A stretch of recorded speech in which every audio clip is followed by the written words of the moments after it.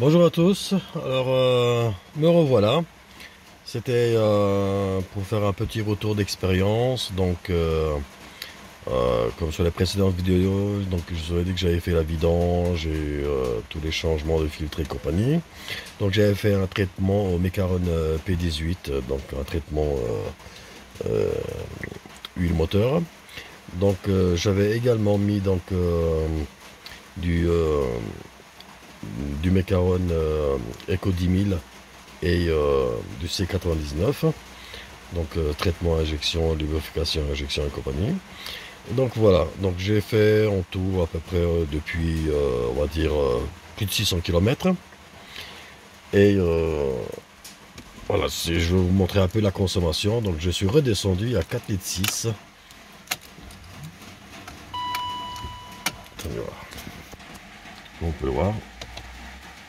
Vous voyez, je suis à 395 083 km. Donc avant j'étais à 394 400.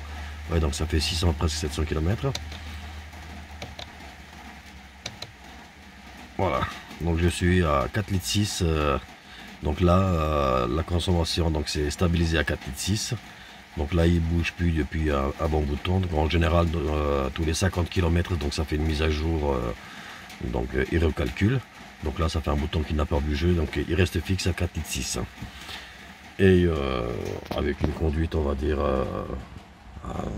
moyenne, normale, tout en respectant les réglementations de vitesse et compagnie. Bon, de temps en temps, je me permets un peu en première, deuxième, troisième, un peu juste comme ça, histoire de décrasser un peu. Mais pour vous dire que ça fait vraiment un effet, c'est vraiment bluffant, ces produits-là. On est le 20 décembre, donc il fait pas chaud. Et malgré que j'ai la Webasto qui s'allume automatiquement, on va dire. C'est pas une Webasto que je peux désactiver sur ma commande ou quoi que ce soit, hein. Comme vous voyez, donc c'est une Webasto qui se met en route quand on met le contact, quand on démarre. Donc il faut savoir que ça consomme en moyenne, on va dire, 1 litre au 100. Ouais, environ.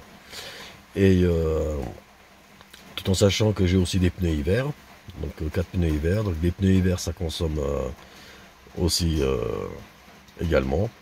Donc si on devrait être en été où la Webasto ne se met pas en route et puis que j'ai pas de pneus hiver, je peux faire facilement chuter donc cette consommation, descendre ça en dessous des 4 litres. Donc ça fait vraiment son effet. Bon, moi je conseillerais à tous ne pas négliger ce genre d'entretien, parce que changer un injecteur qui est grippé, c'est pas donné. C'est vite amorti. C'est sûr qu'au début, bon, ça fait un peu de l'argent à sortir, mais je vous rassure que vous aurez tout de suite rentabilisé tout ça. La voiture respire mieux,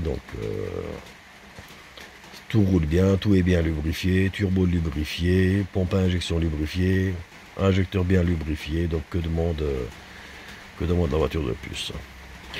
Bon ben je vous dis à une prochaine vidéo. Je vous dis à plus. Bye bye.